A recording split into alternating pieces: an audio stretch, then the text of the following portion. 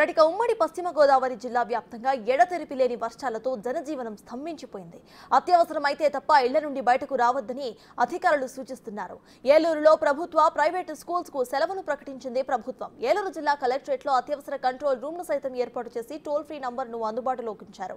ఉమ్మడి పశ్చిమ గోదావరి జిల్లా వ్యాప్తంగా వర్ష ప్రభావంపై మరింత సమాచారాన్ని మా కరెస్పాండెంట్ శివసాగర్ అందిస్తారు.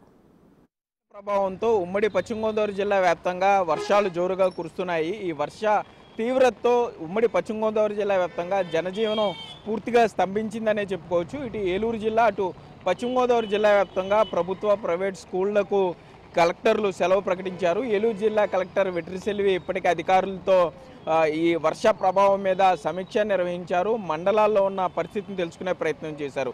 అటు పశ్చిమ గోదావరి జిల్లా వ్యాప్తంగా కూడా ప్రైవేటు ప్రభుత్వ స్కూళ్లకు కలెక్టర్ చదలవాడ నాగమణి సెలవు ప్రకటించడం జరిగింది. లోతట్టు ప్రాంతాల్లో ఉన్నటువంటి ప్రజలు ముందు జాగ్రత్త చర్యల్లో భాగంగా దగ్గరలో ఉన్న పునరావాస శిబిరాలకు రావాలని కూడా ఆమె విజ్ఞప్తి చేస్తున్నారు. మరోపక్క ఇటు ఏలూరు అటు పశ్చిమ గోదావరి జిల్లా కలెక్టరేట్లో టోల్ ఫ్రీ నెంబర్లు ఏర్పాటు చేశారు. ఏలూరు జిల్లా కలెక్టరేట్కి సంబంధించి 1800-233-1077 టోల్ ఫ్రీ నెంబర్కి ఏదైనా అత్యవసరం అయితే ప్రజలు ఫోన్ చేయాల్సిందిగా ఏలూరు జిల్లా కలెక్టర్ వెట్రిసెల్వి సూచించే పరిస్థితులు అయితే ఉన్నాయి. అటు ఏజెన్సీ ప్రాంతాల్లో వర్ష ప్రభావంతో కొండవాగులు కొంత ఉధృతంగా ప్రవహిస్తున్నాయి. కొండవాగులు దాటే ప్రయత్నం కానీ చేపల వేటకు వెళ్ళేవారు కూడా విరామం కొంత ఈ 2 రోజుల పాటు చేపల వేటకు వెళ్ళొద్దని కూడా జిల్లాధికారులు చెప్పే పరిస్థితులు ఉన్నాయి. మరోపక్క ఇటు లోతట్టు ప్రాంతాల నుండి ప్రజలు సురక్షిత ప్రాంతాలకు రావాలని కూడా జిల్లా స్థాయి అధికారులు విజ్ఞప్తి చేస్తున్నారు. ఇప్పటికే ఇటు పశ్చిమ గోదావరి అటు ఏలూరు జిల్లా కలెక్టర్లు అధికారులతో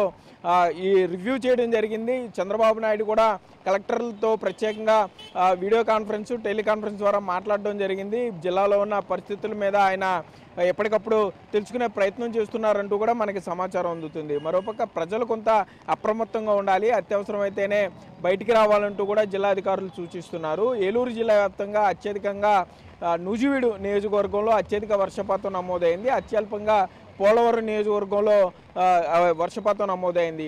ఏలూరు జిల్లా వ్యాప్తంగా యావరేజ్గా 65 మిల్లీమీటర్ల వర్షపాతం నమోదైనట్లుగా అధికారులు చెప్తున్నారు.